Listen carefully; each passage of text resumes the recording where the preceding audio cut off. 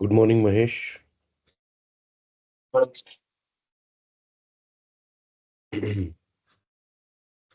Mahesh, where are you from? I am from Madanapalli, sir. Okay, okay.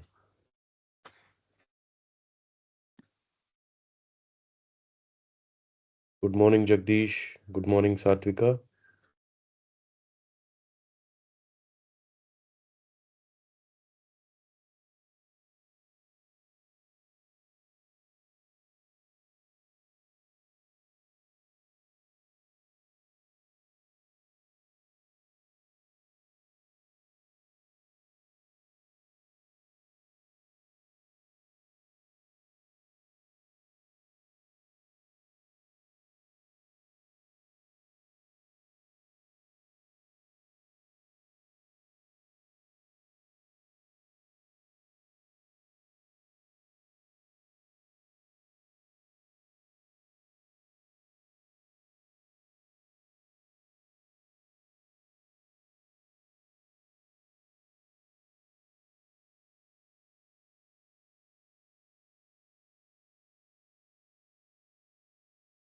Good morning, Anand. Good morning, Gopi. We'll Good wait morning, for, sir. yeah, good Good morning. morning, sir. Good morning. We'll wait for a few more minutes for everyone else to join, and then we'll get started. By the way, were you all able to get a 64 GB pen drive?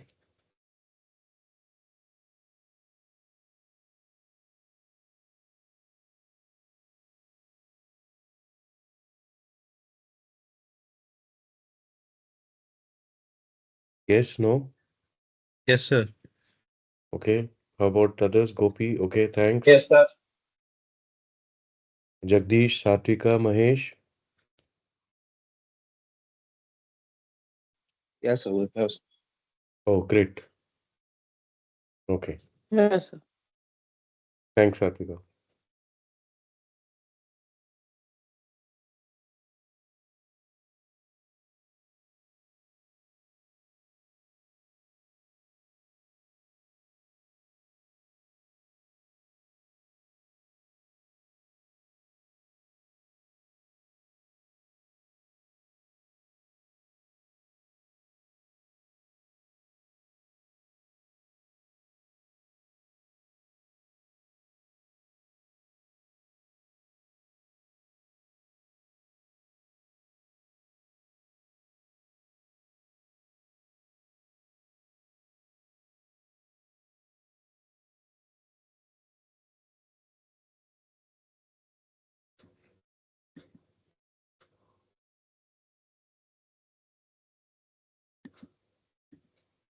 So by the time others join, do you have any doubts on what we have discussed so far or from any of the previous classes from the basic course?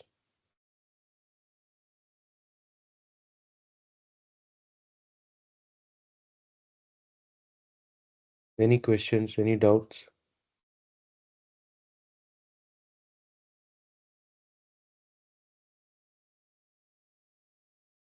No, sir. Okay, Yes, sir. okay.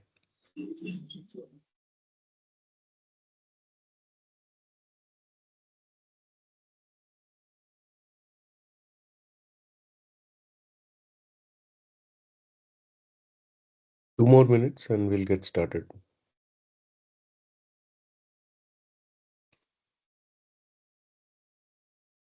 Are you all able to practice the commands, or Linux commands in Killer Coda? Yes, sir. Okay.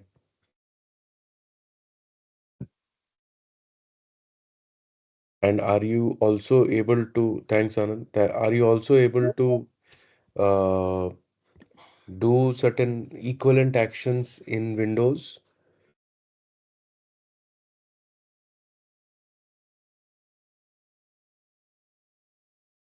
No? Didn't try? Okay. We will do that. We will do Windows also. Okay. Windows command line is also pretty powerful.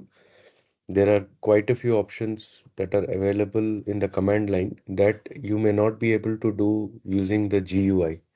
The GUI is the click screen that we see, right? So we will see those also in the forthcoming classes. So what we are doing right now are mostly the basics of the Linux operating system. As and when we learn more commands and techniques, we will get into some advanced stuff. Okay, great. So time to get started. Let me share my screen.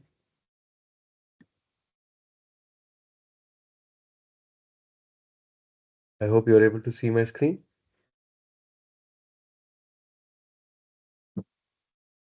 Yes, sir. Yes, sir. Great, thank you.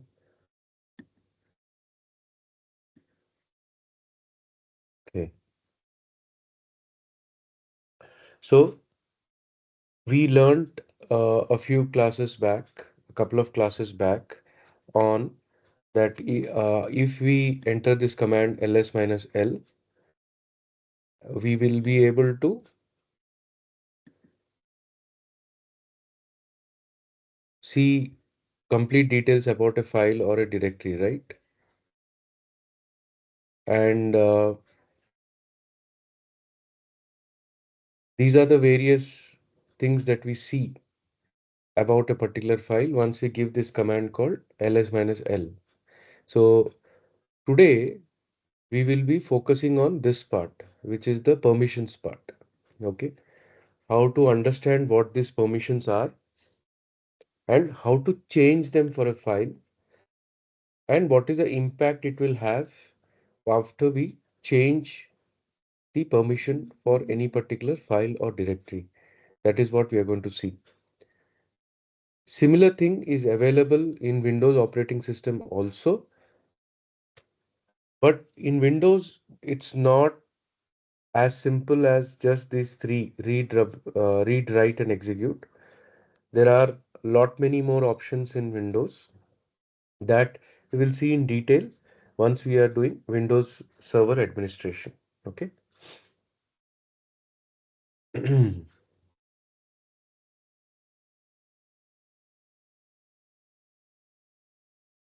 So the command that allows us to change the permissions is called chmod. Just a minute, this online. Hmm. Okay, the command is called chmod. This is the command. Okay, chmod stands for change or modification. Okay, chmod stands for change or modification. Now, we understood a few classes back that what does RWX mean in the file permissions that we see. Okay, so as we know, R stands for read permission. Okay, W stands for write permission, and X stands for execute permission. Okay, what does this read, write, and execute actually mean in terms of the Unix kernel or the Unix operating system? So when we have read permission, you're able to see that file or directory whenever you do ls or any such command. That means users can see that particular file, and they can also read the content of that file by using commands like cat or echo. Okay, what we have seen earlier. So that is what read allows you to do. It allows you to first see the file and what are all the various aspects of the file. Okay, who has permission, what is the size, who is the parent directory, when was it created, all those things. Plus it allows us to see the content of the file, okay, by using cat command or echo command. That is what read allows us to do, read permission. What does write permission allow you to do? Write allows you to delete or move or write something into the file, write something new into the file, or change the content of the file. Okay, that is what write allows you to do. One sec. Now you may ask why deletion or movement is considered as writing. Okay. In any operating system, when you're actually giving the command delete, okay, it is not going and taking an eraser and deleting something from the hard disk or solid state drive. No, it doesn't do any of that. Okay. Or it doesn't go to that and remove all the zeros and ones. Nothing of that happens. Okay. The moment we say write, or the moment we want to delete something, all the file system does is it will allow to overwrite those sections of the hard disk or solid state drive with new content. Okay. If write or if you do not delete something, then you cannot overwrite that. Okay. Or with zeros or overwrite with something new. Okay. But when you have a write permission on something, which means you can overwrite it. And deletion is just an extension of overwriting something. Okay. That's all it does. So keep in mind this, it will come in handy later. Again, deletion doesn't mean that physically that content is being erased from the hard disk or solid state drive in any operating system. Okay. Deletion only means that the operating system is allowing us to completely overwrite the content of that particular file. Okay, which means it tells the file system metadata that this area of the hard disk or this area of the solid state drive, which was earlier occupied by this, the content of this file, is now free to be overwritten. That's all it does. Okay, it does not physically go and or delete any of the content from the media. It doesn't do that. Okay, that's why you will see many a times that deletion happens very quickly in any operating system. The moment you right click and say delete or move to bin, or you use the rm command that we seen earlier. Okay, it happens very quickly because it doesn't have to physically go and delete anything, right?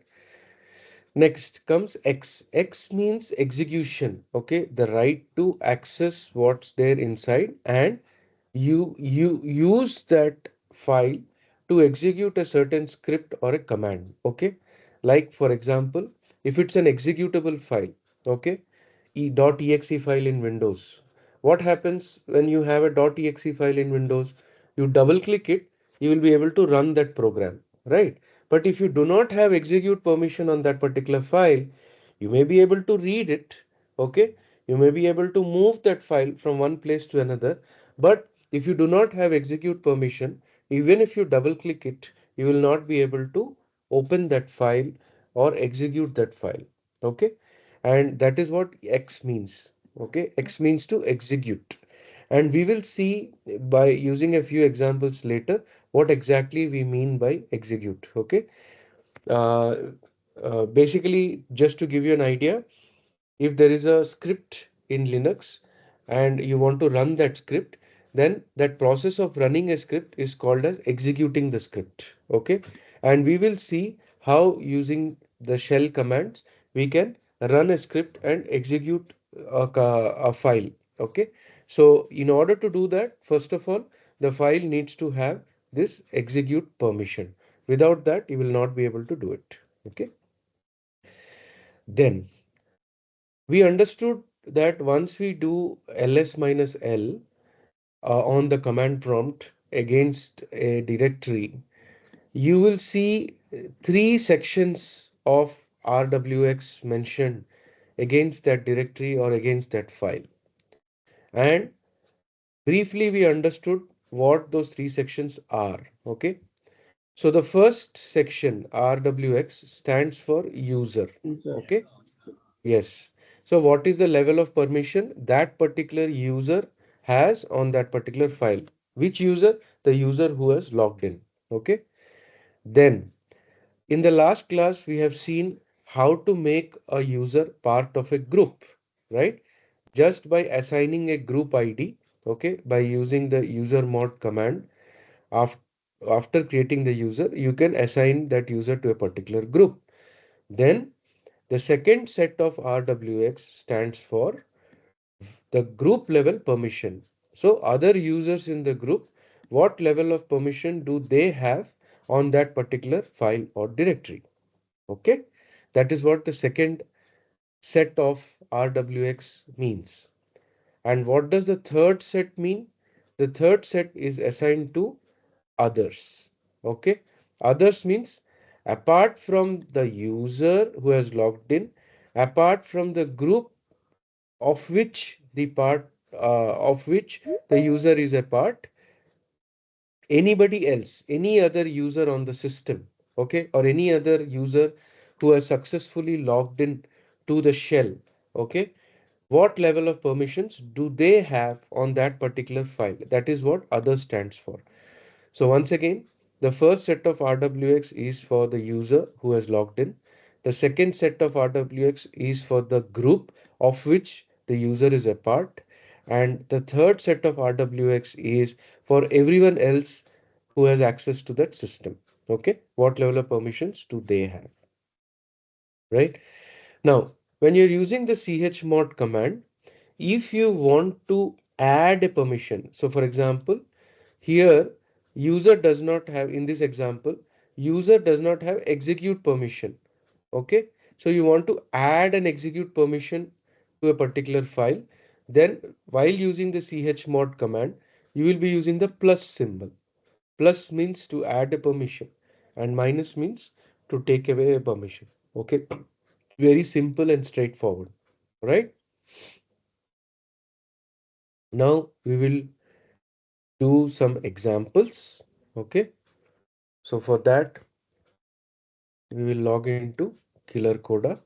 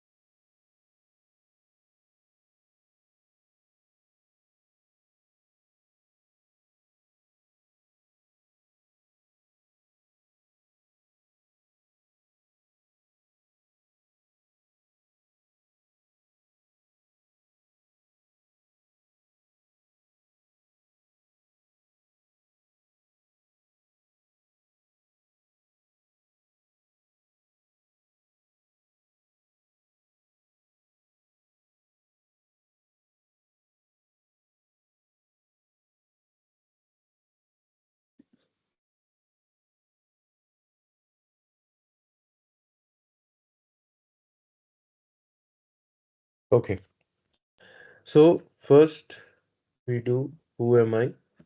So we are in the user root. Then we'll do pwd, present working directory is this.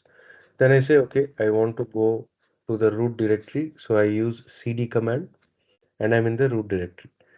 Now I give the command ls minus al.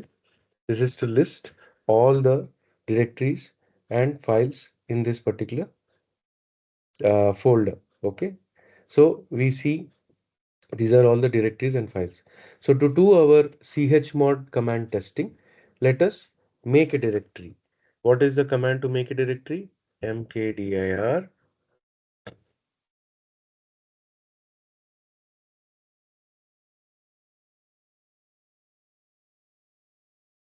space, give the name of the directory.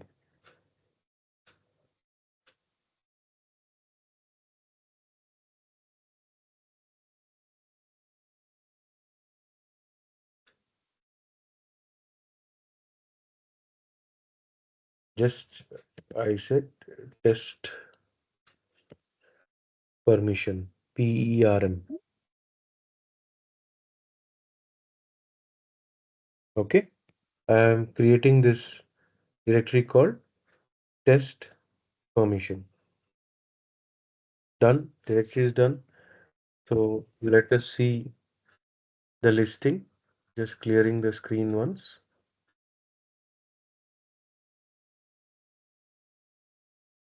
And You will see if a directory has been created. Yes, it's been created. Okay, we see here it's been created. And what do we see? Which user created the root user created this directory? What level of permission does the root user have on this directory? It has both all permissions: read, write, and execute. Okay. How about the group? What level of permissions do the group have? They have read and they have execute, but they do not have the write permission. Similarly, whenever any other user is logging in, they can read and they can execute, but they cannot write. Okay. And this is the default permission configuration that is applied to any new directory that is created on a Unix system. Okay.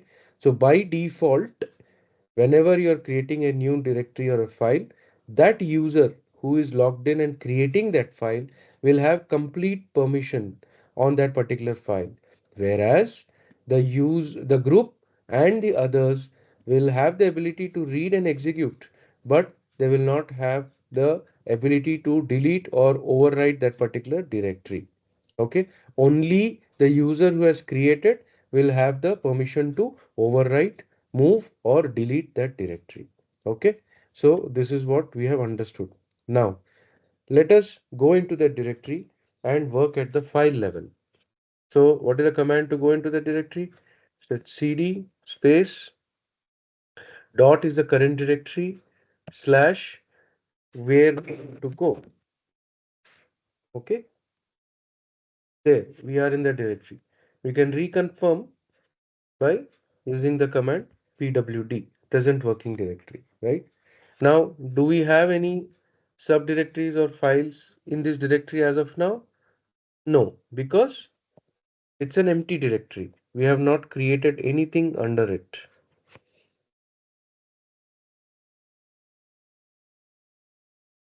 When I do ls-al in test perm, you will not see anything except for the hidden directories. Dot means the current directory and dot dot means the previous directory. Okay, so no, nothing else is there. Now, let me create a file. What is the command for the file? Touch.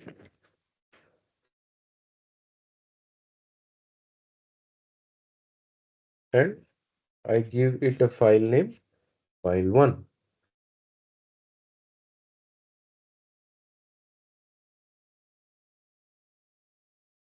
and I press enter.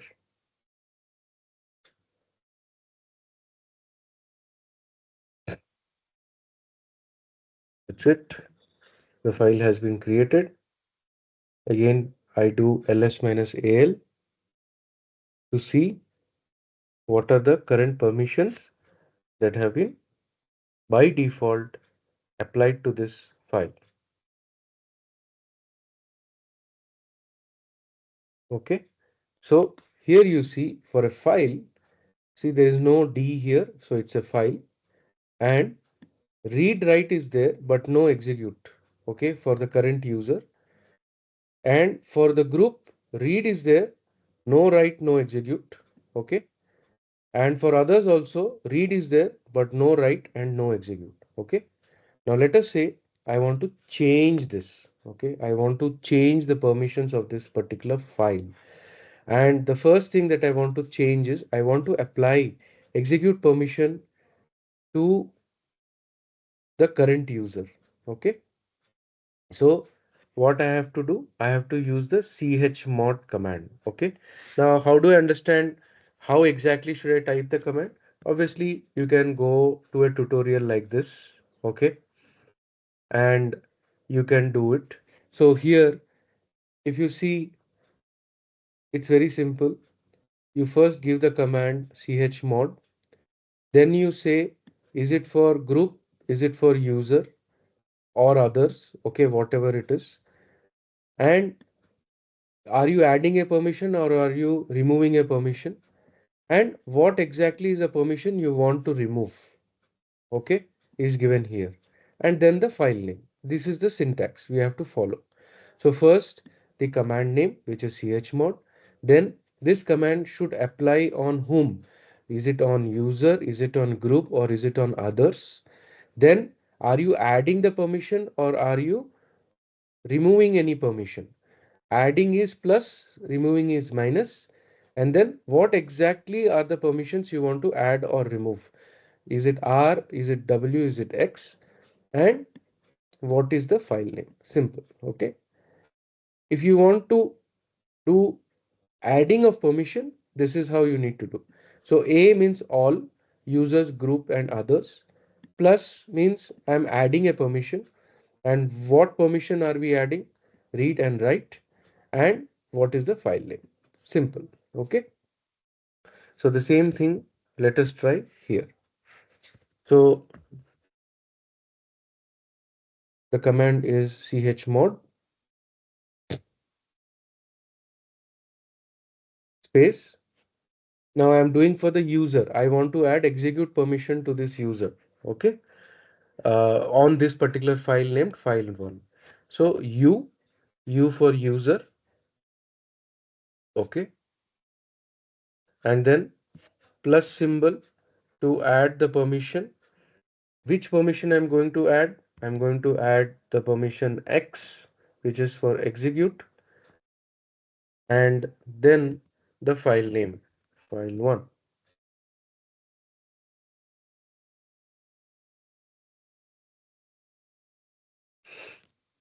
Okay, simple. And you press enter.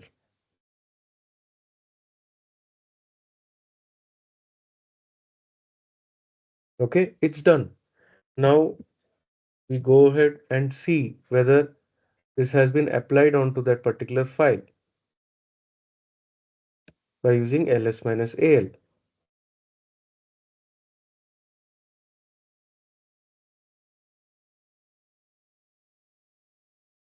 Okay, you see, now we have execute permission on that particular file. And you also see the color denomination of that file changed. Earlier it was the same color as everything else, but since now the user has execute permission, it has changed its color, okay, to indicate that yes, now this user has execute permission on this particular file. Okay, clear?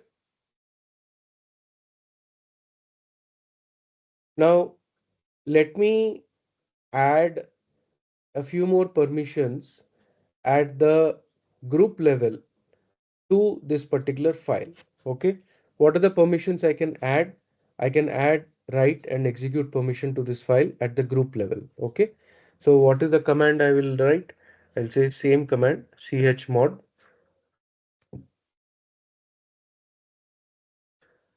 space. Now I am trying at the group level, so G. Now I am trying to add a permission, so plus. What are the two permissions that I want to add? Write and execute. So W and X space, on which file I want to apply this permission, the file name.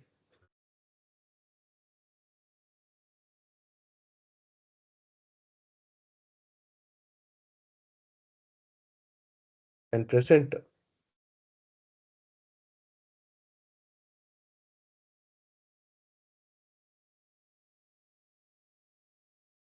Okay, it's done. You verify it by giving the ls-al command again.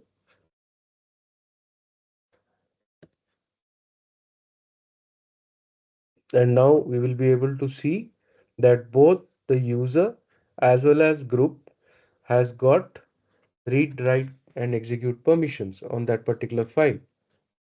And we see it here.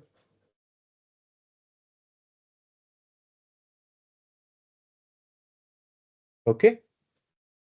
Now, suppose I want to remove a permission from a particular file. How do I do it? Again, I have to use chmod command. Now, for the group, I don't want any permission at all. Okay, I want to remove complete permissions for the group. So no read, no write, no execute for the group. So I'll say G for group instead minus. of plus. Yes, correct. You will give minus, and then we give R W X. Read, write, execute. All three I'm going to remove. Space the file name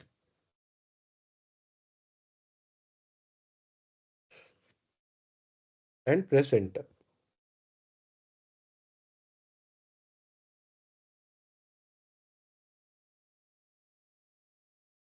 That's it. It's done.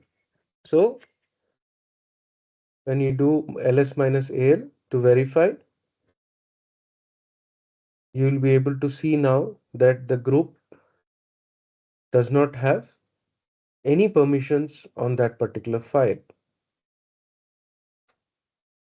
There you go.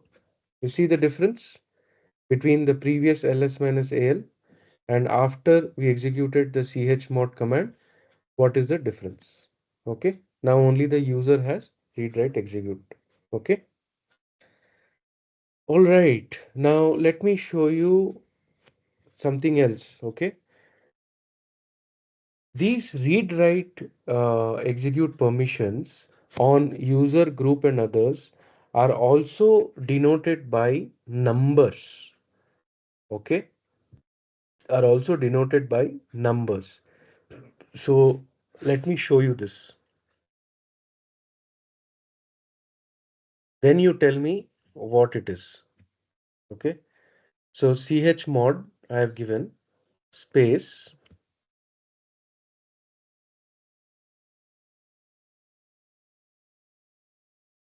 Okay, come on.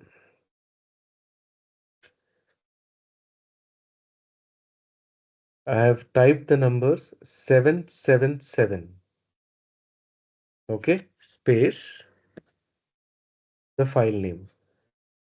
I didn't mention user, I didn't mention group, I didn't mention others, I didn't mention adding or deleting, I didn't mention the exact permission character also, R or W or X. I only mentioned numbers. Okay, 777, and I pressed enter.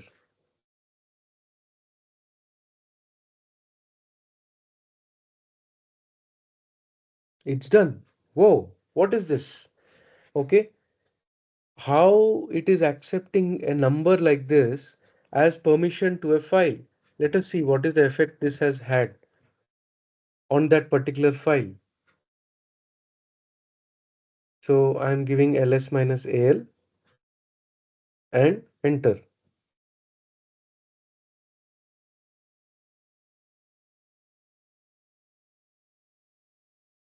Oh, you see what has happened? Earlier, only user had read, write, execute permission on that particular file. Now, after entering chmod 777, okay, like Boeing 777, okay, I have even the group also has read, write, execute permission, and the others also have read, write, execute permission. How is this happening? Okay, how is a permission being mapped to a number? Can anybody explain? Take a guess.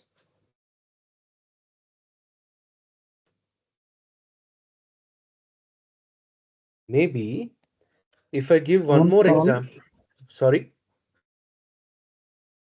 Seven means all, sir. 7 means all. Okay, good guess, good guess. Anybody else? Okay, let me give one more example. Then maybe you'll understand it a little better. Okay, I am giving chmod instead of 777. Let me give 774. Okay, on the same file, file 1.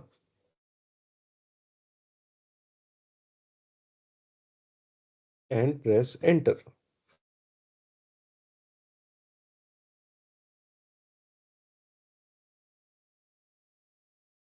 It's done.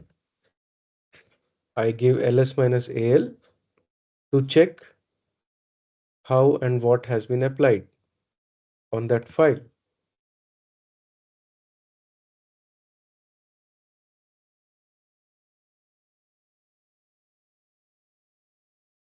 Oh, you see the difference now?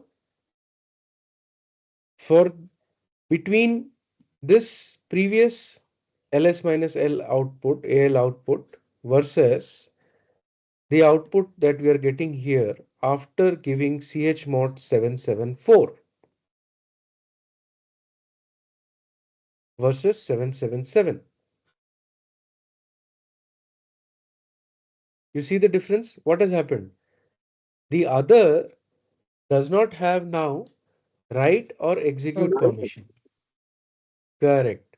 Which means these numbers have a certain definition. Okay. What is that definition? Let me explain to you separately. 1 second.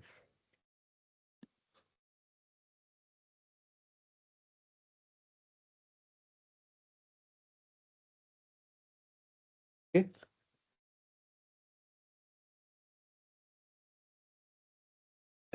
In chmod, read is equal to 4. Okay. Write is equal to 2. And execute is equal to 1. Okay. So 4 plus 2, 6 plus 1, 7. So when we have or when we want to give complete permission, read, write, and execute to a file, what will we do? 4 plus 2 plus 1. We will put the number 7. When we want to give only read and write and no execute, we will give 4 plus 2, 6. If we want read and execute only, then we'll give 4 plus 1, 5. If we want only write and execute but no read, which doesn't make sense, but still, then we'll give 2 plus 1, 3. And where we are putting the number, the first digit of the three digit integer, okay, is for user. The second digit is for group. And the third digit is for other. Okay. So instead of complicating by giving the characters u, g, or o, then plus or minus, and then the exact r, w, or x permission, which makes the command longer. And for some it may be easy, but experienced Linux administrators or Unix administrators will use chmod commands with numbers like this. Okay. And it becomes very simple to execute. Okay. So read is equal to 4, write is equal to 2, and execute is equal to 1. So a combination of these will help you to add or remove a permission for a particular entity, user, group, or other, depending upon which value you are putting in which place of the integer. Okay. That's all it is. Any questions? Any doubts? Now you understand. Earlier 7 here in others was 4 plus 2 plus 1. Okay, which means all permissions. And since it was the third digit, even the others got read, write, and execute. But when I've given 4, okay, in the third place of this number, instead of 7, that means I'm saying for others, I only need read permission. I don't want write and execute permission. Okay, and see, that is what has happened on this particular file. Okay. Now, one more example, if we want to do, say chmod, what happens if I give 5, 5, 2 on file 1. 5 is 4 plus 1. Okay. 4 is for read, 1 is for execute. And the first digit is for user. Second digit is for group. So in group, I want only read and execute, no write. So that's why 5. And then the third one, third integer, 2 is for others. In others, when you're mentioning 2, 2 is for write. So others will get only write permission. Let's see.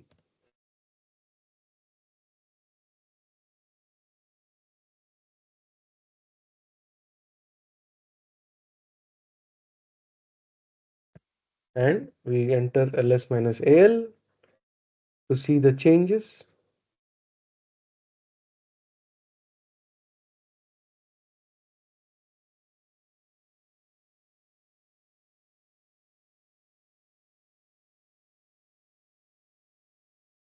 There you go. You see, 5 is 4 plus 1, 4 is read, 1 is execute. So for user, I got read and execute. Okay. Same thing for group 5. 5 means 4 plus 1. 4 is for read, 1 is for execute. So for group also, I got read and execute on this particular file. Okay. Then 2. 2 means to write, and I put 2 integer in the third digit, which is for others. So others got only write permission, no read, no execute. Okay. So very simple way to use the chmod command on any file or directory just by using numbers. Okay. Remember this 4, 2, 1. Okay. 4 is for read, 2 is for write, and 1 is for execute. And a combination of these three, 4 plus 2 plus 1 or 4 plus 1 or 2 plus 1 or 4 plus 2, like that, will tell you what to add and what to delete as a permission from that particular file or directory. Okay. Any questions? Any doubts? Sir, Yes.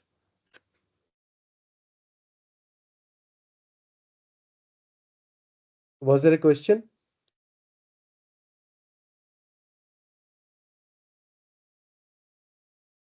No? Okay. Very simple. All right.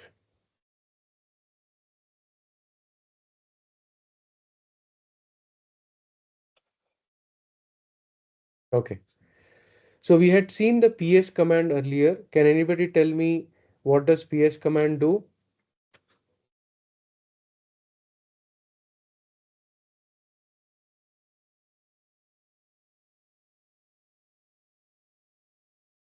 What does ps command do?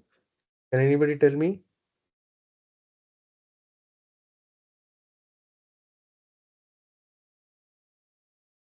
present process. Yes, correct. P, process. Okay. P for process. So when I give ps command, I can see the existing processes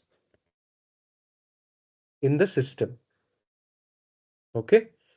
And when you put a and symbol at the end, it tries to list the processes which are running in the background also, apart from any existing user. Okay.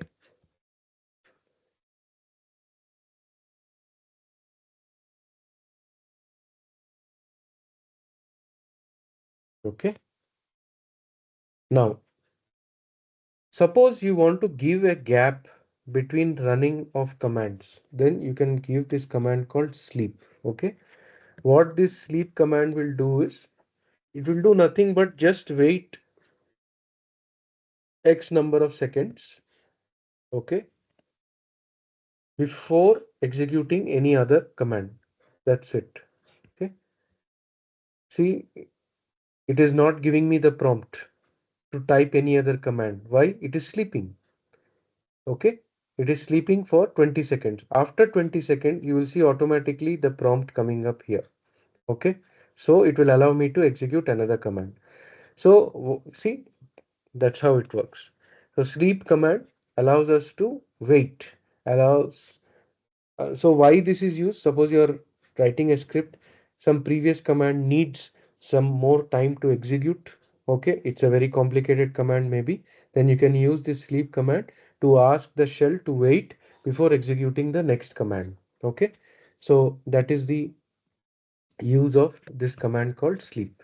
Okay, very simple.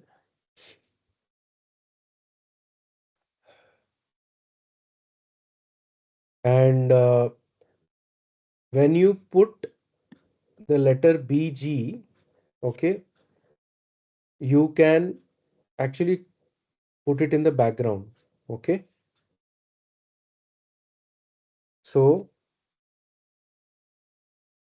what is a background task? A background task is a program that requires no user interaction. Okay, a background task is a program that requires no user interaction. That means it is not seeking any input from the user. It is not giving back any output to the user. It is only executing in the backend. Okay. One example that I can give in Windows is your service which calculates the time. Okay. So this time process which maintains the system time is a background program. Okay. To maintain the time, you don't need to ask any input from the user, correct? Second, it is not giving any output. It is just maintaining the time. You can go and see the time any whenever you are logged in. Okay, and then it keeps on running in the background, right? There is no direct interaction required from the user to maintain system time. So that's a classic example of a background time. So similarly, in Linux also, there are certain background tasks that keep happening, like the kernel, the shell. Okay, these are all programs that keep running on top of the kernel, okay, which always do not require any user interaction. So you can actually do this, that you can send a program into the background. Okay, so what you can say is, for example, like how they are mentioned in the. Sorry.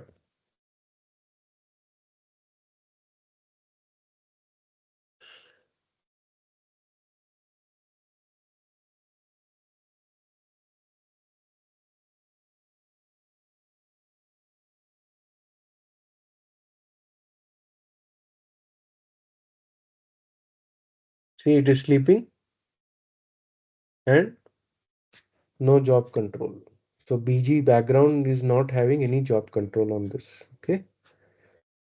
So what we do is we go to the other terminal and we see what are the background processes running.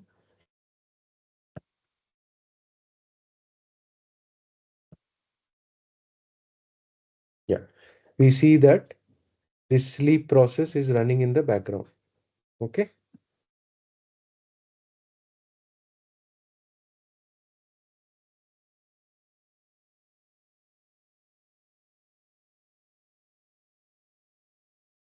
Okay.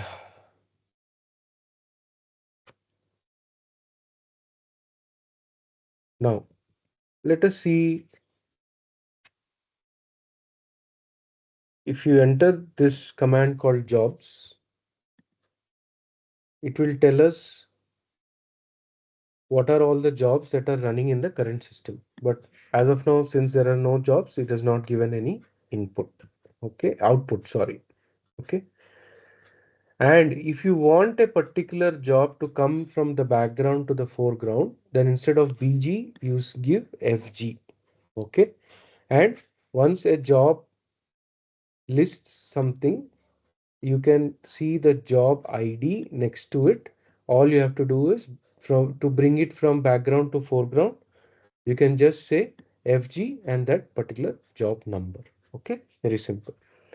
And let us say that any particular job is still running, so it's not running. Wait, let me start this once again. So let us say I again give sleep 100 here in this terminal. So this job is running. How can I see that this process is running? So I can see PS minus H. Okay, I can see this sleep 100 running, and I can see it has been given something called as a process ID. The process ID is 2710. Now, if you see in this terminal, once sleep is there, I'm not able to do anything. Okay, so let us say somebody by mistake gave sleep 1000 or sleep 10,000. So for that many seconds, you'll not be able to do anything if it was a mistake. So how can you stop that? There is a process or there is a command called kill. Okay, kill. The kill command will help you to kill any particular process. Okay, background process or foreground process. So kill and space, you only have to give the process ID. How will you know the process ID? By giving the ps minus h command. Okay, and I press enter. The moment you do that, it's done. I see again from ps minus h whether that process is still running or not, and I will see that it is not running anymore.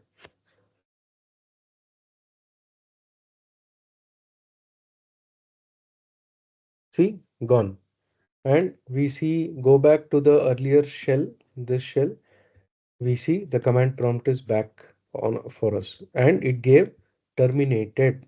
It gave that this command was terminated, and that is what we see here. Earlier, the sleep command with process ID 2710 was running, but after we gave this command called kill, that process does not exist anymore. Okay, it has been terminated. So like this, let us say like in Windows, right? If a particular program hangs, what you will do? You will try to stop it, right? You will try to press that X symbol on the top right hand side corner. If it doesn't work, you will right click and say you will try to force stop it. Or last scenario, you go to task manager, see the service listed, and then try to do end task. Correct? That is what you do in Windows. Very similarly, this is what you will do in Unix or Linux. You will first list that process, okay, which you want to stop or kill. You will see the process ID associated with it, and you will just give kill that particular process ID. All right. Now, be very, very careful when you are seeing any process which is running under slash bin or slash s bin. Okay, why? Because any process running from slash bin or slash s bin is a program that is running in the background. Okay, and if you kill that program, there might be adverse impact on that entire machine. Okay, like there can be data loss also. So you have to be very, very careful when you are using the kill command. Okay, one more command we saw earlier was very powerful, rm minus r. Okay, recursively without asking confirmation, it will go and delete data. Okay, in all subdirectories. Similarly, another command without asking any confirmation, it will kill a process, is called kill, and the process ID. So these two commands are very, very powerful, and they can have adverse impact on the machine and on the data. So you have to be extremely careful when you are executing these commands in any Unix or Linux shell.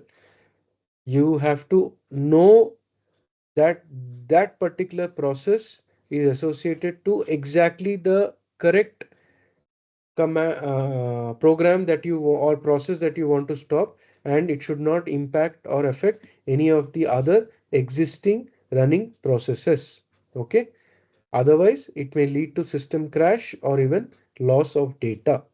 And in IT world, if your action creates loss of data or system crash, there is a good possibility you will lose your job the next day. Okay? Yeah. Many a times I have seen this happen.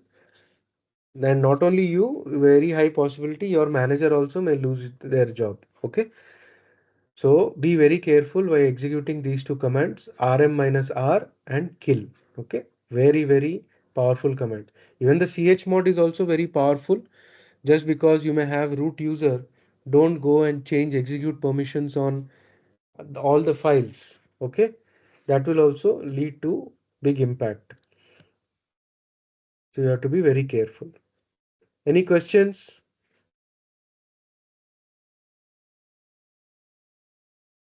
No, sir. Okay. Sir, was the kill command text without PID? Sorry. The kill command won't take right without PID. The kill command, is it? Yeah, Yes, it needs without. the process ID. Yes, correct. Okay. Okay. And you can actually, do a man page of the PS command, and you will see that there are other options available with the PS command to identify more things about a process.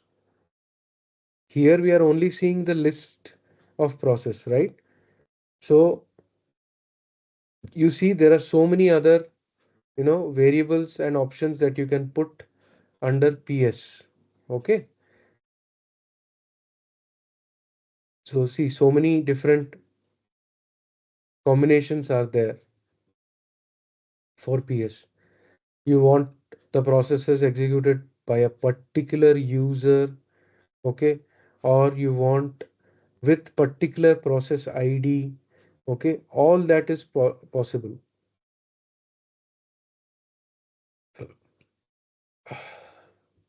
Okay, like this particular group, particular command, okay, identical to certain other process ID, like that. Okay, there are many other combinations available. So as and when you're working in, a real-time environment, you will be able to appreciate these various other options that are there with PS command. I'm only giving you the basics right now. Okay. In our next advanced class, we will be doing some of these things, and the PS command is used a lot when we are trying to do troubleshooting. Okay. Whether we want to understand whether any of our tasks are getting executed properly or not, then we will use this PS command to do troubleshooting and try to understand, okay, where exactly the problem is, what is taking so much time, so on and so forth. Okay, I've entered Q to come out of it. Okay. Now let us check a few more commands.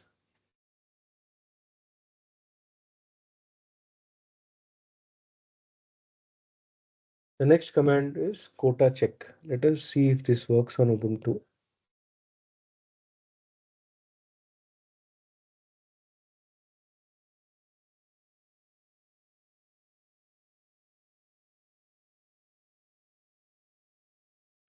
This command is not available in Ubuntu.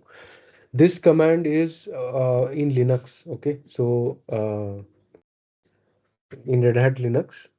So you have to actually install another utility to get this command. So in normal Ubuntu. So we will learn about this later. We'll go to the next command.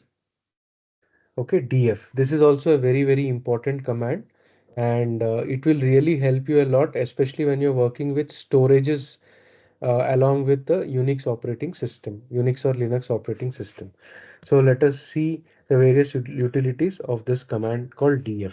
Okay, if you just enter the command df,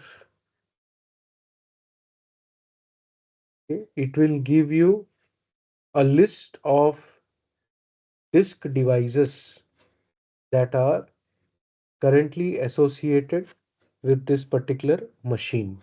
Okay, so you can see the name of the file system. You can see that file system has how many blocks. Okay, and each block is 1 kilobyte, as you can see here. Okay, on the top, 1K blocks. All right, and you can see out of these many, blocks, how many are used and how many are still available, and hence what is the percentage of usage. So this file system called tempfs is only 1% used, and it also shows you where this is mounted. Okay, where this is mounted, that means you can access the content of this file system through which directory on this particular machine. Okay, that is what this says, right? So for example, if I have to relate this to what you see in Windows, now when you have a new Windows machine, a Windows laptop, and you have a hard disk or a solid state drive inside it, for the very first time when you want to use it, what you have to do, you have to format it, right? You have to format it. When you're doing formatting, what is happening? The operating system is writing a file system on that particular hard disk. Okay. What file system does Windows operating system write? It writes the NTFS file system, new technology file system, NTFS, right? And after it has done the formatting, it has written the file system. How are you going to use it by, and how are you going to start putting data into it? Okay, because it will be available for you under C colon slash. Okay, so C colon or C drive, we call it, is the logical representation of the physical hard disk that is there attached to your system, right? Similarly, in Unix or Linux, there is no concept of drive letter like C drive, D drive, E drive is not there. Okay. What is there for you is root, that is the root of the directory, and the subdirectories under it. This is the only way possible in Unix, right? So, whenever you have a hard disk and you have formatted it, and maybe there is one more thing called creating partition, but that we'll see later. You have formatted a hard drive and you want to use it, that will be mounted onto a particular folder. Okay, and that folder will be somewhere under root. Okay, and that is exactly what we see here, right? So it says this particular device having so much of space is mounted under so and so directory, which means in order to do read and write operations onto that particular device, you can simply do cd command to this particular directory, what is being seen on the right side most column. Okay, and you can start doing reads and writes to that particular area of the physical device. Okay, this is how it works in Unix or Linux. The df command has got many other variants, I would say, or options. So if you just do a man page to for df, I just said man space df, you will see many other options associated with this.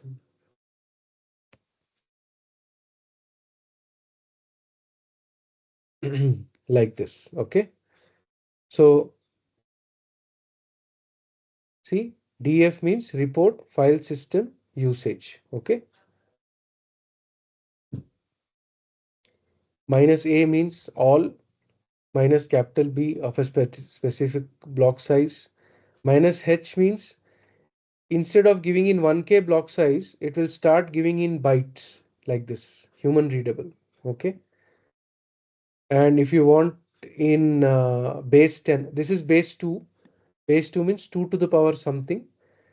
And base 10 means in multiples of 10. Okay. So 10, 100,000 like that. So whenever we are buying any hard disk or you have bought a USB, the printed label will show you base 10. Okay, that means they will do multiplications of 10. So for them, 1 gigabyte is 1000 bytes, 1000 megabytes, not 1024 megabytes. But we know once a device is put into the system, what is used? Base 2 is used. Base 2 means 2 to the power something. Okay. So in base 2, everything is 2 to the power something. So 1 gigabyte in base 2 is 1024 megabytes. So this is the actual. Okay. And that this is one of the reasons why whatever is printed on the label of the hard disk or SSD or pen drive or whatever you buy, okay, you will not get 100% of that, because one factor is this. Okay, what is the second factor? The second factor is the file system itself needs some space to store metadata about that file system, like pointers. Okay, where exactly which data point is there, in which sector, in which cylinder of the hard disk. To do that, it needs some space. So that space is also taken up. And the remaining space is what you get as an end user to read and write information. Now, a lot of detail about this we have learned in the basic class. So I request you to please refer to some of the older videos on YouTube to understand this structure of sectors, tracks, cylinders, and how it gets mapped on inside a file system, right? In Unix world, this is very, very important.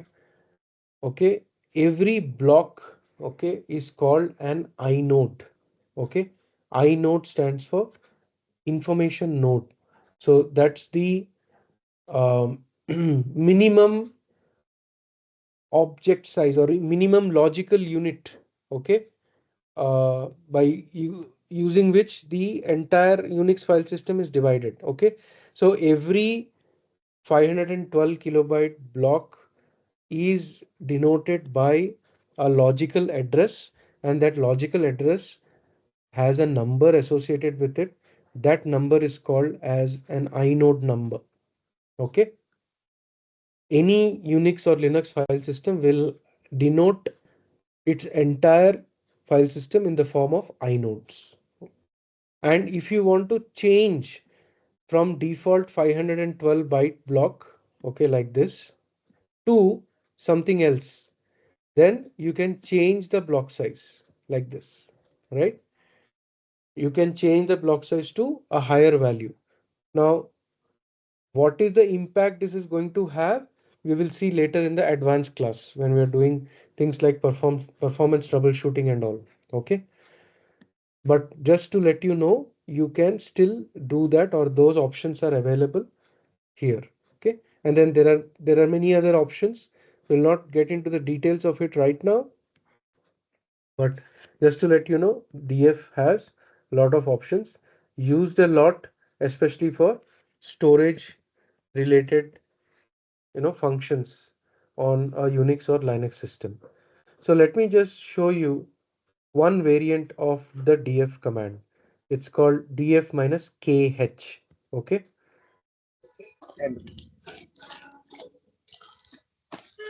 So the moment I say H, it will show in base 2 format and K in kilos. Any question? Any question? Any doubt?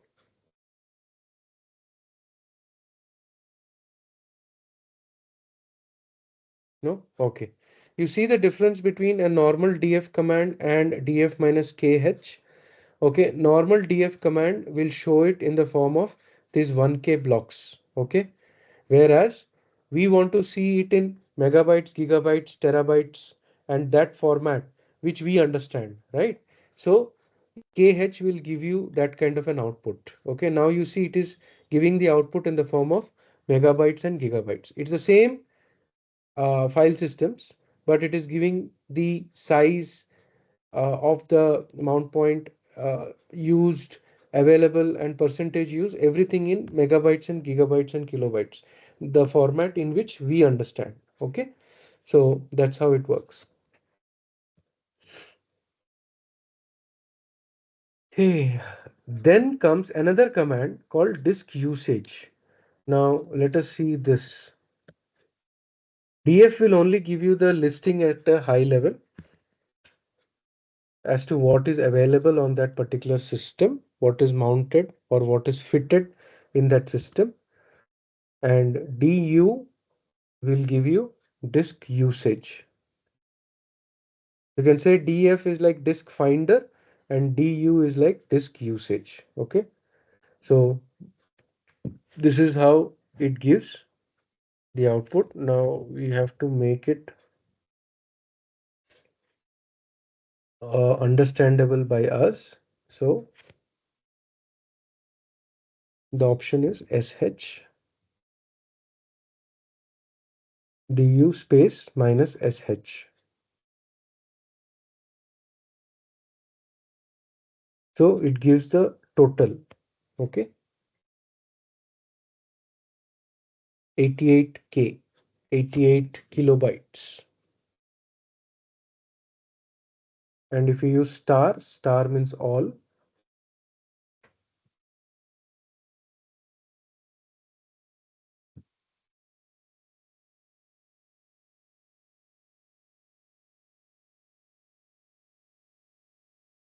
Okay, so here it says the file system is actually not occupying much. And see, these are the various commands where you can understand which folder is utilizing how much amount of space. Okay.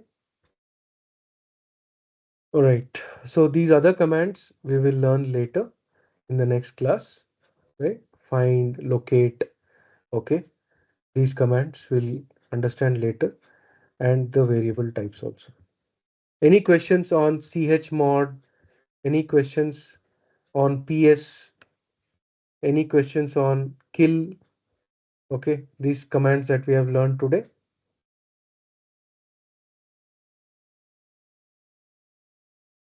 No? Okay. So we have got approximately 15-20 minutes left with us today. So I want to utilize this time to show you how Hyper-V looks like. So Bhanu, you there? Yeah, yes, sir. Okay. So Bhanu, you have Hyper Windows Pro or Enterprise in your Windows laptop, right? Yes, Okay. Can you please share your screen? sure.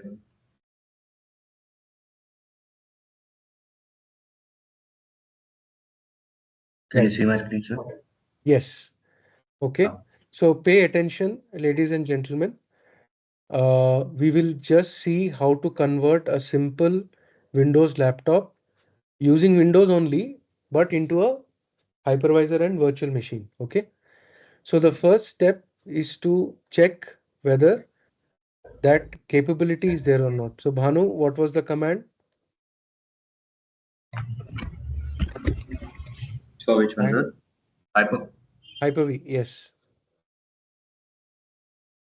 We can simply go to control panel, sir. Yes, correct. So please explain while you're doing.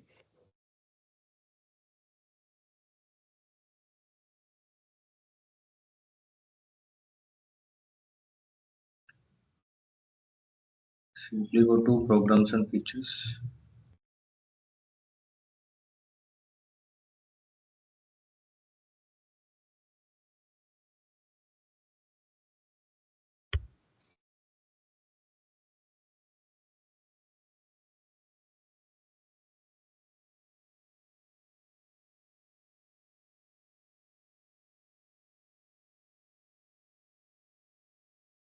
And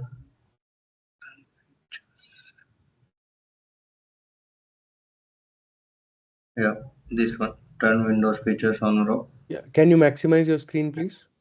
Yeah, sure. Okay, just hold on here. Hold on. So, boys and girls, just have a look at this particular screen. on the right hand side, you see a list of programs, right? So these are the programs that have been installed already over and above the operating system in Windows. Okay. So we have Google Chrome, which is a browser.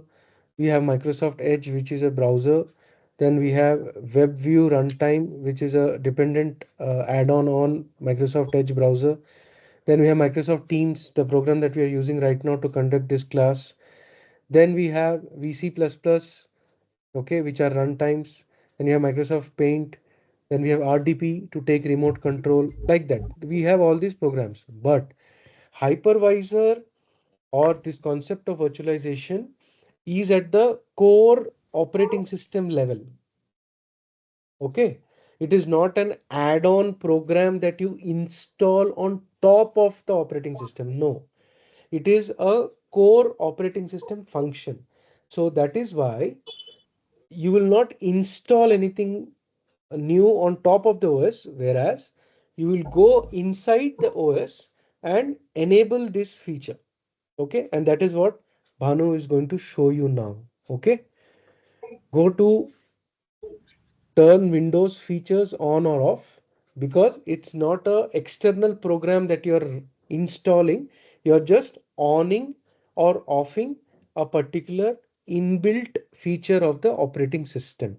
Okay, now the virtualization platform which Windows supports is called as Hyper-V. Okay, Hyper-V. What exactly is this virtualization platform means?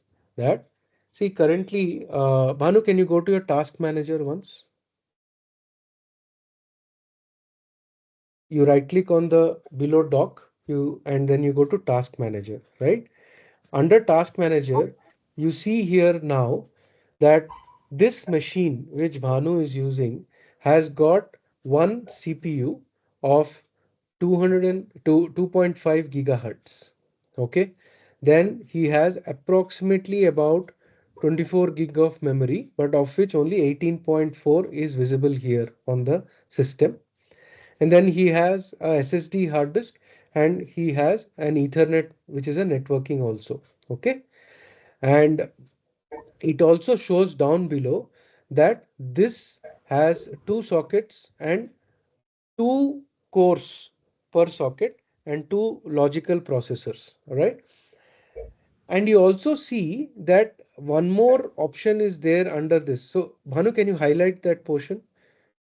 Is there a magnification tool that you can use? Good.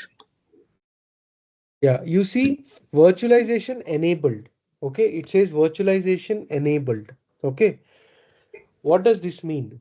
What this means is at the hardware level, the BIOS or the motherboard level, this feature has to be enabled. Okay, this virtualization feature has to be first enabled at the hardware level. Okay, only then at the operating system level you will be able to make use of this feature. Okay, what exactly this feature does is, currently you see that the CPU of the system is only 25% utilized. The memory is 22% utilized. Hard disk is barely utilized. Ethernet is also being utilized because there is a lot of internet traffic that's going on right now.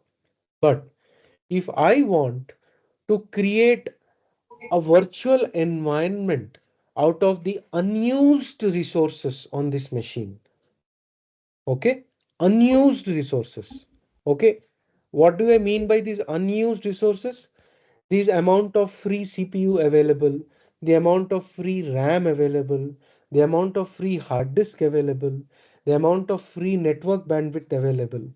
But I want to use it without disturbing any of my current configuration on that system. Okay, that is called as creating a new virtual machine. Okay, this virtual machine is like a rented house or a rented tenant inside a bigger property. Okay, what is the bigger property? The bigger property is this whole laptop here, and the virtual machine is like a small sub machine which you have created virtually. It may have its own operating system. It will have its own file system. It will give you a look and feel of a complete machine all by itself. But it is dependent on this physical machine which you have created, but you have created a logical segmentation inside that physical machine.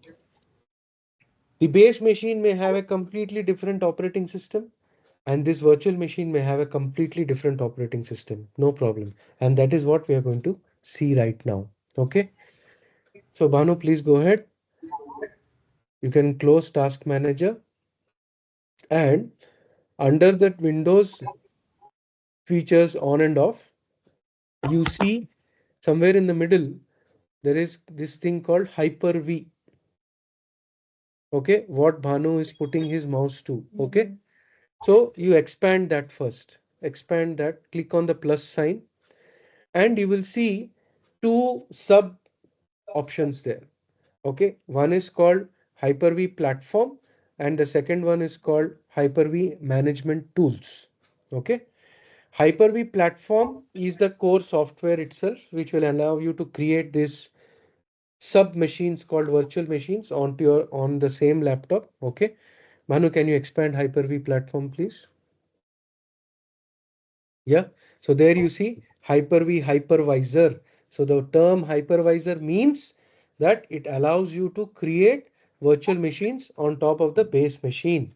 Okay, and then all the services associated with that. Okay, and then in order to manage this thing, okay, this entire concept of creating the virtual machine, deciding which virtual machine should get how much resources, how many virtual machines you want to create, all these things, you need a separate, management interface.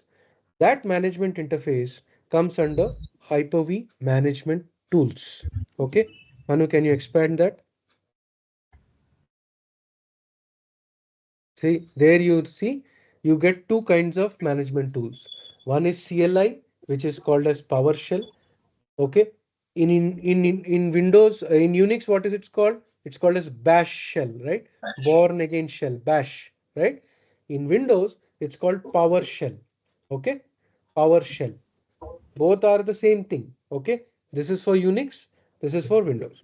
And then in Windows, but you have a very nice GUI also, and that's called Hyper-V management tool. Okay, Hyper-V manager, and that is there under that. Okay, so two sections. One is the core software, and second one is the software that allows you to manage this entire setup.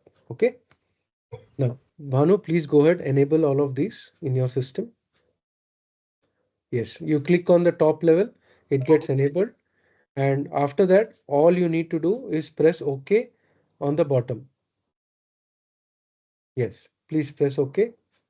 And it will search for these required files from the operating system, and it will apply these changes.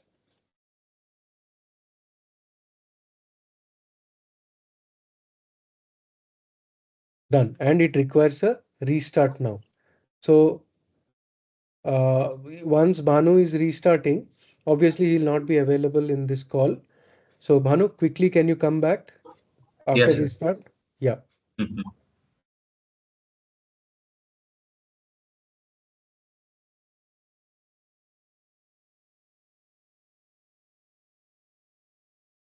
Yeah. So Bhanu will be off this call for a brief moment. He will join back. So in the meanwhile, let me share my screen.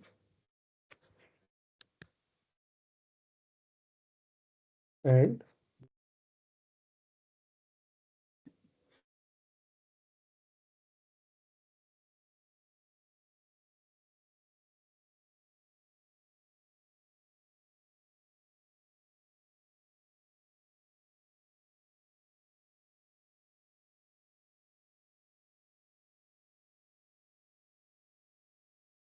okay.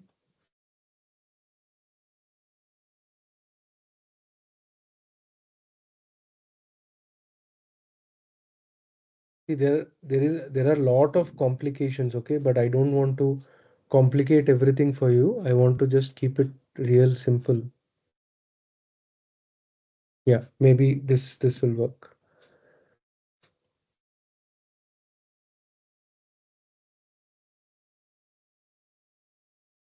Okay, you can see this diagram, all of you.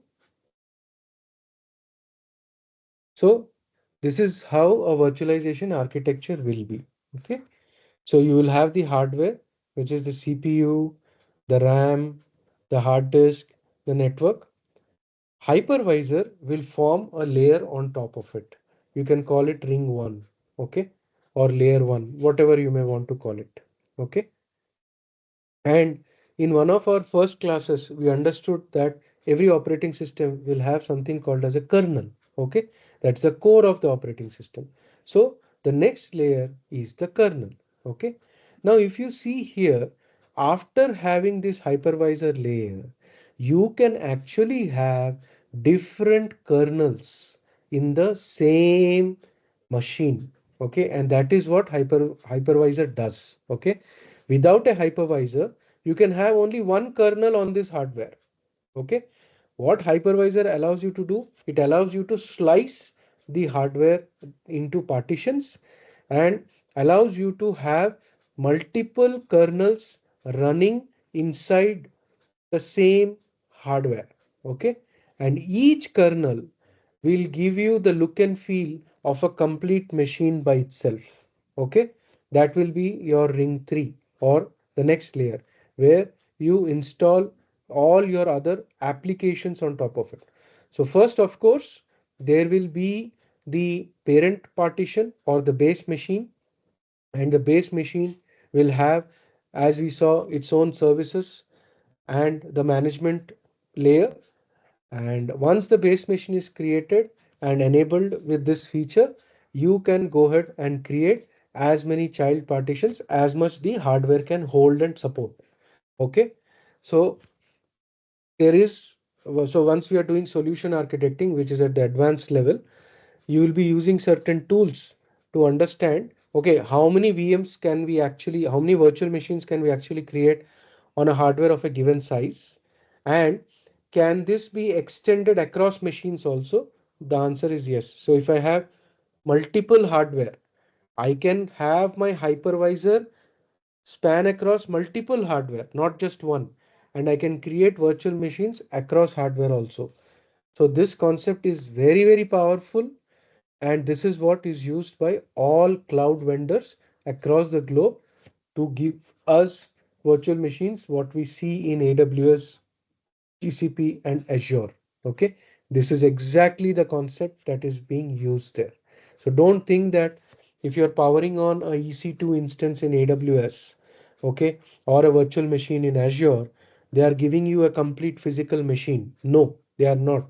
They're only giving you a virtual machine, which is this part. They are giving you your own kernel and allowing you to install your own applications, but you have no control on the hypervisor and you have no control on the underlying hardware. Okay, clear? Any questions on the concept of virtualization and hypervisor? It is just logical slicing and dicing of the hardware. Okay.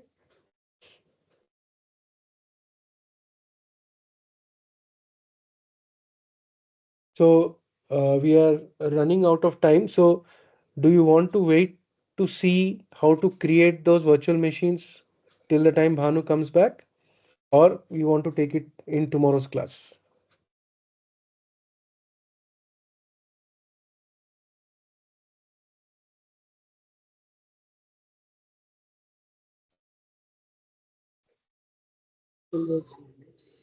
Tomorrow? Okay, we will wait. You'll wait? Okay, okay.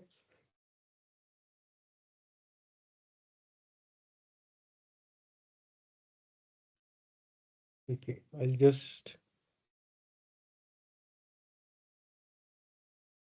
check on Bhanu if he has come back.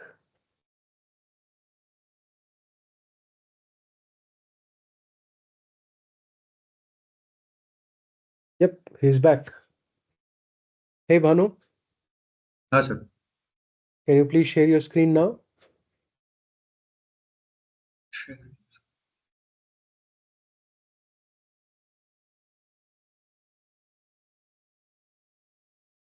Yeah. Now, can you go to that Windows features control panel?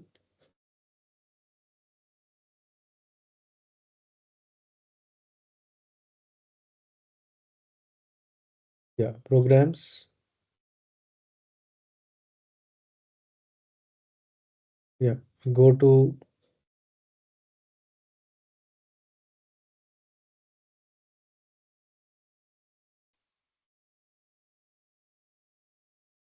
yeah. Now we see the Hyper-V components are enabled, and you see that blue tick under all the components inside Hyper-V, which means now your system is ready to create the virtual machines on this hardware.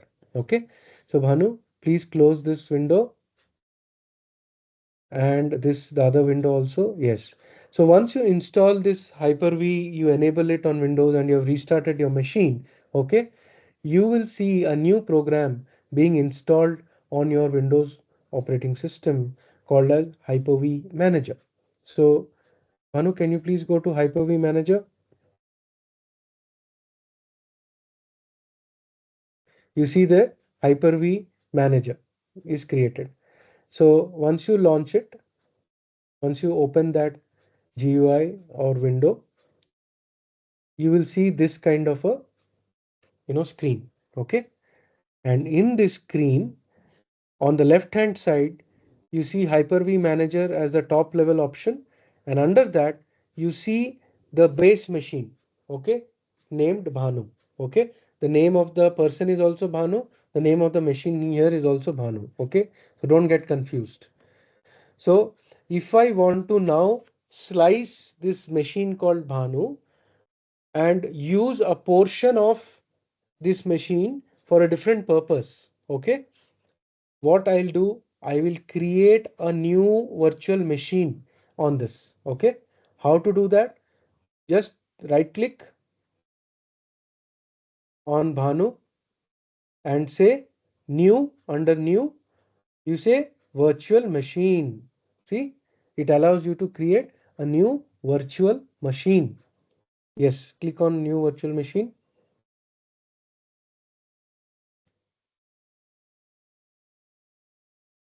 Okay. It just gives a small description of this wizard. Click on next. Then it says specify a name and a location. So Bhanu, can you say give a name like VM1 test, something like that? You can give any name, but don't be too creative. So VM underscore test. Good. Then you see a checkbox there. It allows you to store the contents of that virtual machine in a different folder than the default folder. So generally we will use this to make sure that the C drive, which is holding the operating system, is not overloaded with too much stuff so that the performance will come down. So if you have multiple hard disks on the machine, it's advisable to move the virtual machine from C drive to another drive. So Bhanu, do you have another drive in your No, sir. C system? drive is fine. C drive is fine. Okay. So go No ahead problem. and say next. Yes. Now it is saying which generation of operating system do you want to use? Okay. Now here is a new concept, right? So there is something called as 32-bit operating system and there is something called as 64-bit operating system. Now, what exactly is this, right? So we will obviously learn more about this later, but basically the operating system is giving certain instructions to the CPU, the core processor, right, through the RAM. Okay. When it is doing that, how many instructions can it pass in a single, you know, clock cycle? of the motherboard is decided by whether it's a 32-bit or a 64-bit operating system. Okay. If it is 32-bit, each instruction size to the processor is 32 bits long. If it is 64-bit, each instruction from the operating system to the processor is 64-bit long. Okay. So now you tell me which operating system will perform better. Is it a 32-bit operating system or is it the 64-bit operating system? Can anybody tell me? 64, sir. Yes, yes, Mahesh, correct. A 64-bit operating system obviously will perform better, but the underlying hardware has to support it. Okay, from the motherboard, the BIOS, the RAM, the CPU, they should support a 64-bit operating system. So whenever we are talking about older operating systems, you will have two variants, 32-bit and 64-bit. Okay, and these days, mostly you will choose the 64-bit variant. Okay. Now, the newer operating systems do not have these two variations at all because the hardware has, really, gone to the next level. And hence, we only have 64-bit operating systems now and some advanced virtualization features. So that's the difference between generation 1 and generation 2. Generation 1 operating systems will have a 32-bit variant and a 64-bit variant also, whereas Generation 2 mostly will have only 64-bit but some advanced virtualization features. And we are going to use Generation 2. Okay, go ahead. Click on next. Then it is asking C. Now, how much amount of memory you want to give to this particular virtual machine? Okay, by default, it is showing 4096 MB. That means approximately 4 GB. Now, how much is the total memory available for this machine? How will we know? Anu, can you go to the task manager?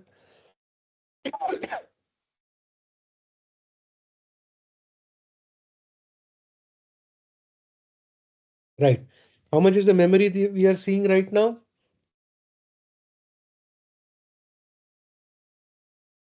Total available memory after all overheads is 14 GB. Okay. 1.1 MB is reserved by the hardware. We are seeing that. And how much is used out of 14 GB? 4.2 GB is already used. Okay. So how much is left for us to use? Approximately 9 point something. Okay. Now, if this entire 9 GB of memory, if I use it for a single virtual machine, can I create another virtual machine later?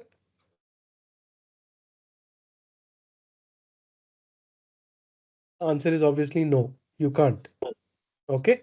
Correct, Satvika. You can't. So when we are creating this virtual machine, we have to be cautious of the limits of the underlying hardware.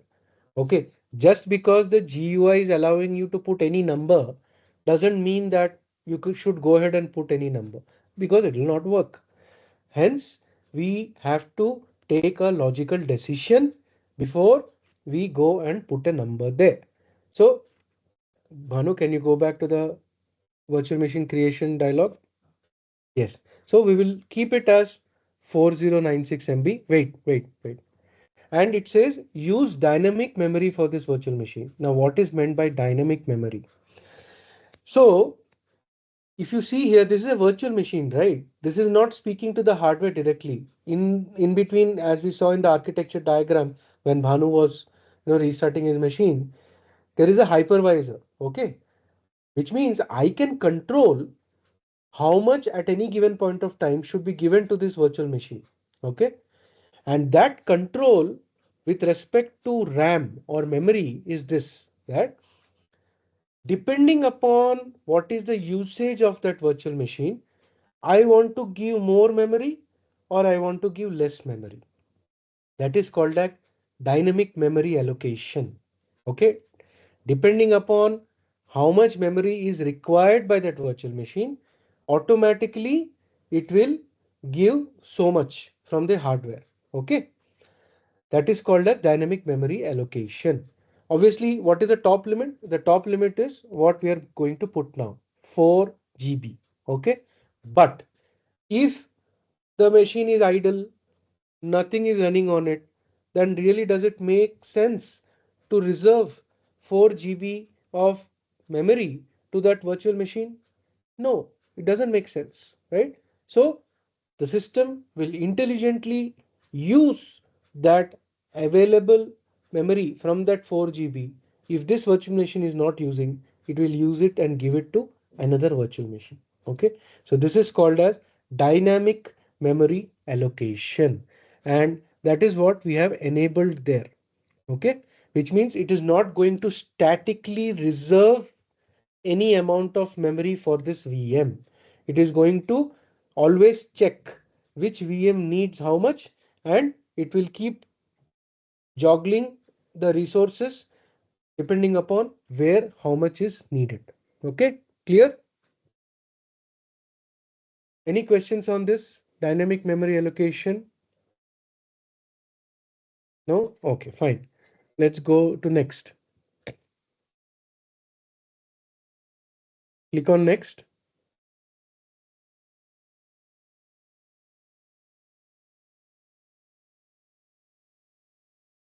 I think Bhanu stepped out. Just give him a moment, he'll log back. Is this interesting, guys and girls? Yes, sir. You have never seen this before, isn't it? Mm.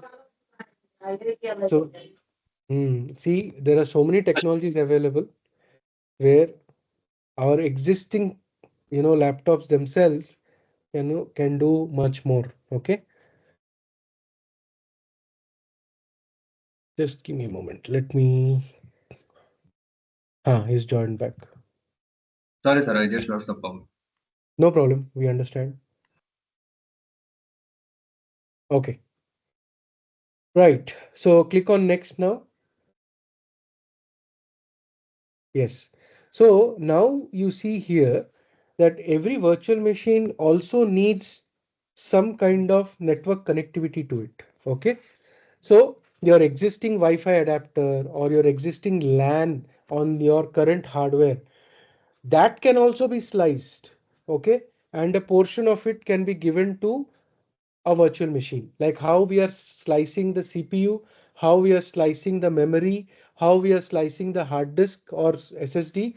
Similarly, the network component also can be shared or sliced between virtual machines. Okay, so Banu, just click on that Dropbox, and you see there is something called as default switch that comes in. I will explain to you in detail what this is, because to understand this, you will need to understand the basic concepts of networking. What is switching? What is routing? Okay. What is link aggregation? So we will discuss them later. So for now, just select that default switch, click on next, and now it is showing us how to slice the hard disk. So first we saw how to slice the memory. Then we saw how to use the shared networking. Now we are seeing how to slice the hard disk. Okay. So it is saying you have, it is showing maximum 127 GB. Okay. But obviously that's too high. Bhanu, can you go to your task manager and go to the hard disk, disk 0, C drive? Okay. What is the capacity of this hard disk? It's saying 300 GB. Okay, 300 GB is the capacity of this hard disk. How much of it is already used? You're not able to see it here. Okay, where can you see this? You will be able to see it in your Windows Explorer. Okay, so Bhanu, can you go to Windows Explorer?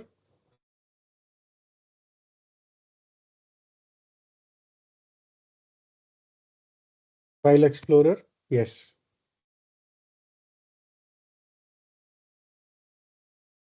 So under this PC, you will see C drive. See, C drive is 300 GB, right? How much of it is used? 273 GB is free, so hardly anything is used. Okay, but since we want to create multiple virtual machines, we will allocate only small amount of space, okay, to this particular virtual machine. Okay, how much amount of space should we give? How much ever space is required to install an operating system and a few more applications. Okay, only that much. So Manu, can you right click on this C drive, go to its properties and see that approximately 25 GB is being used by the base operating system and all the applications on top of it. So safely, if I allocate some 50 GB for this virtual machine, it should be enough, right? For maybe Linux or one more version of Windows, or you know some other applications to be on top of it. So 50 GB should be good enough, right? So Bhanu, can you go to the creation of virtual machine dialog box? Okay, not task manager. Yes, here instead of size 127 GB, you put 50 GB, 50. Okay, and it also tells you where you want to store it, under which path. So under Hyper-V, the VM underscore test was created, and under VM underscore test, this virtual hard disk is being created, and the size of this virtual hard disk, we are specifying it to be 50 GB, which means out of this whole 300 GB hard disk, we are giving only a slice of it to this virtual machine called VM underscore test. That size is 50 GB. So once we power on this machine in C drive, how much amount of space we will see? Approximately 50 GB. Okay. Yes. Go to next. Okay. So now it is asking, do you want to create an operating system inside it right away, or you want to do it later? Okay. So I want to actually create an operating system right away. So Manu, do you have an ISO image of a Linux VM? Linux, sir, I think. Just hold on. I'll give you access. Just hold on. Just be online. Mhm. Yes, I think I have read it. Which version? 9, I think so. 1 minute, sir, I will say. Yeah, just check. I'm also checking. I have 8. Uh-huh.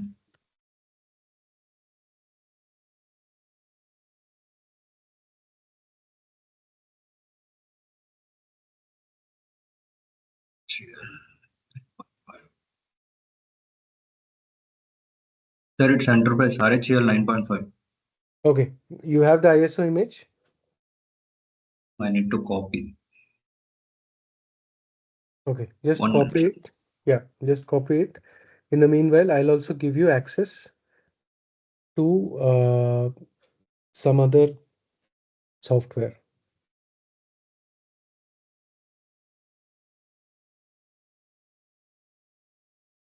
Yeah, I also have 9.5 x86 64-bit, and I have the ISO Yes. image directly.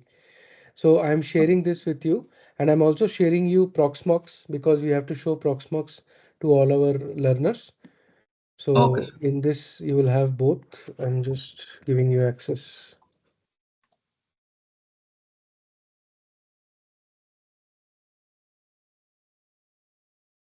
Given. Can you go to OneDrive?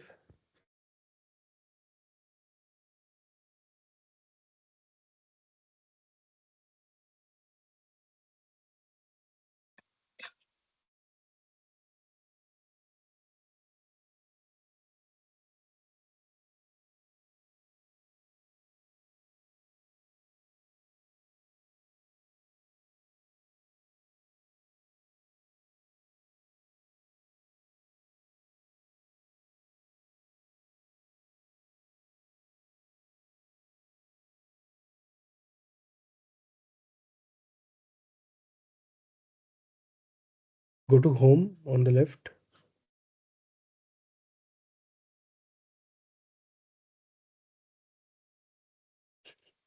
Hmm. No, yeah, go to Shared. Shared with you. No, no, no. I go to Folder on top. On top, choose Folder. Hold. Shared, under Shared, you choose Folder.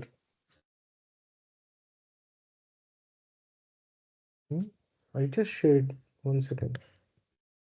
Just check the mail.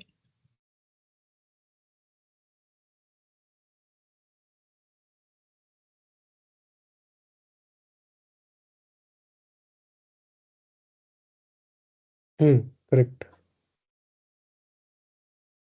Yeah, go to that folder.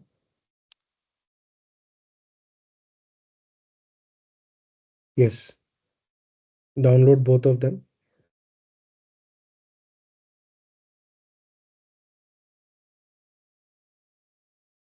So you can download Proxmox later. Let us finish this first. Yes. So, boys and girls, today we will not learn about installation of Linux. That we'll do tomorrow because that itself takes a long time. Okay. Today we'll just show you how to create a Linux virtual machine on a Windows system. Okay. So just see the power of virtualization. Okay. It is a Windows laptop, but we are going to create a Linux VM on top of it. So just 2 minutes more. And what we are going to do with Proxmox is also same. Okay. Only thing is, instead of Hyper-V being the hypervisor for you, Proxmox will become the hypervisor for you because you don't have the Windows Pro or Enterprise license. Okay. Proxmox is a open source free hypervisor. We will use that to create the virtual machines for you. It is not going to be as easy as click, click, click. There are a few commands, okay? But don't worry, we will train you, we will teach you how to use it. And once you do it on one machine, I mean, you can do it on any machine on the globe, okay? The process is going to remain the same. Only thing you have to analyze and identify what is the hardware configuration of the machine on which you're installing the hypervisor, and hence you need to have a plan. You need to have a plan in advance that okay, I'm going to create so many VMs and each VM has going to have so much amount of hardware resources allocated to it. That's all. So once you have that basic planning, installing Proxmox and getting it working on your laptop should not be much of a problem. We're almost done.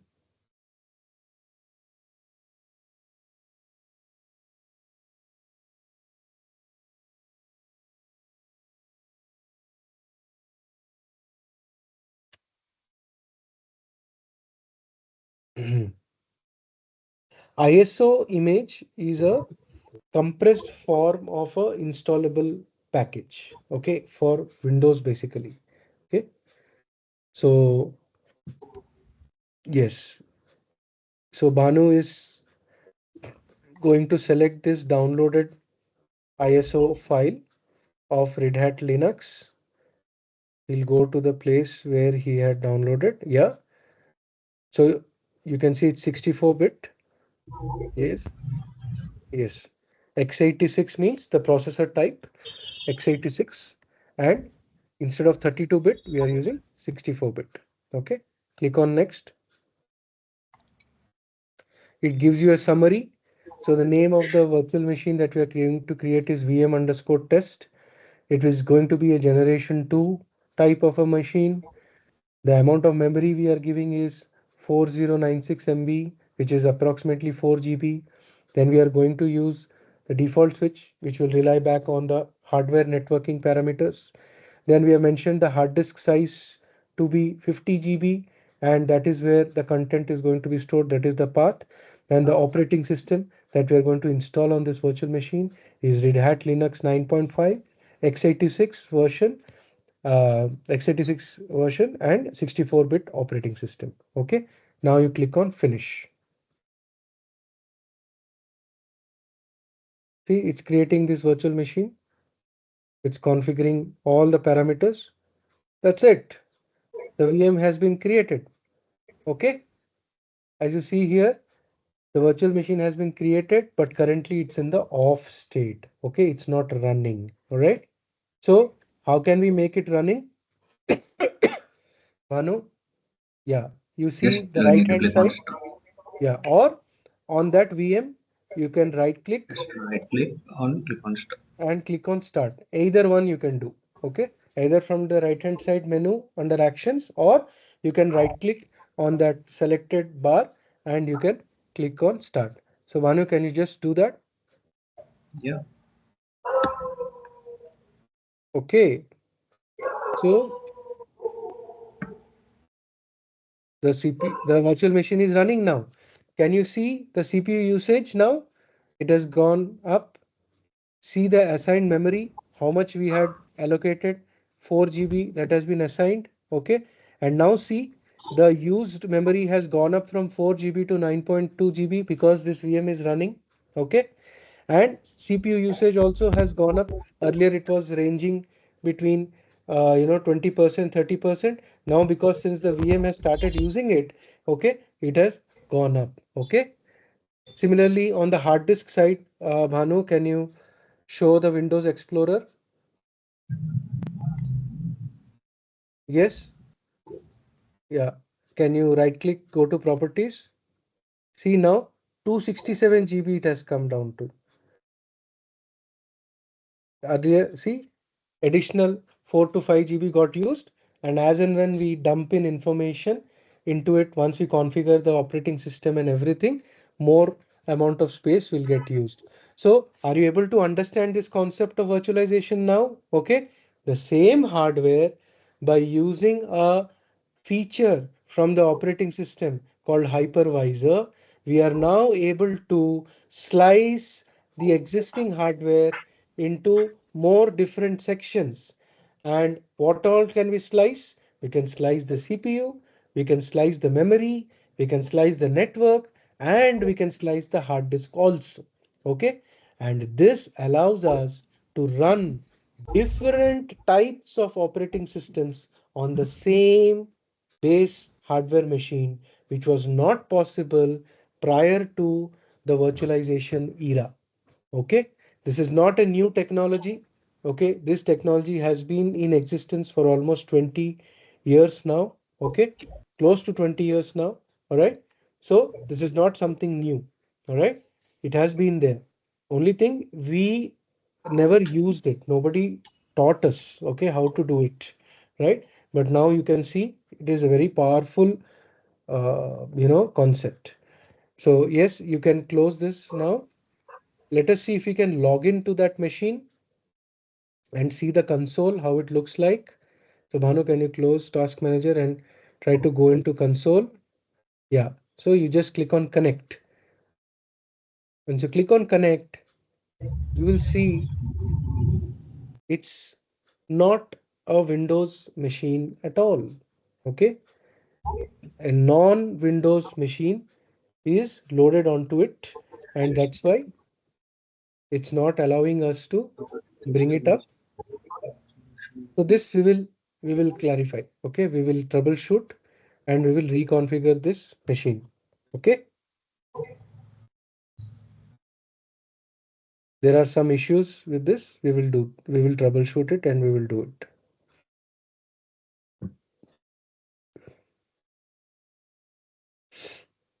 Yeah, change it to hard disk first. Ah, the DVD drive is mounted, no? DVD only, sir. Ah, Let's restart it.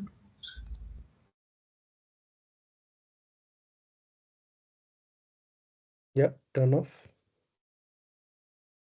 You have to disconnect.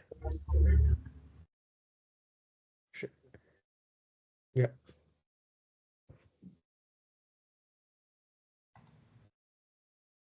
but I think you will get the same error.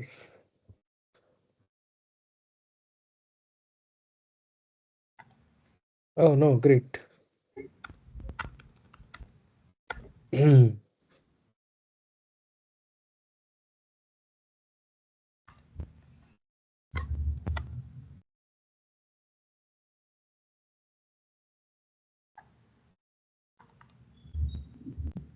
This is going to take time. So we'll pause today and we'll continue with this tomorrow. So Bhanu, don't make any changes. Let everybody learn, okay, how to do this. So you close this and we will start here again on this tomorrow. Okay. Okay. Any questions, boys and girls, until now on this? All the Unix and Linux commands that we learned today, plus how to create a virtual machine using Windows native Hyper-V feature.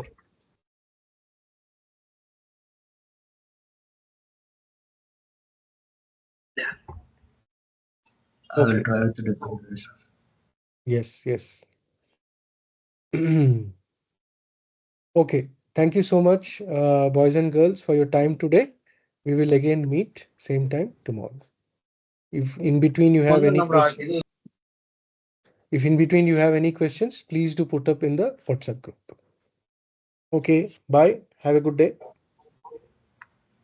Yes, sir. Thank you.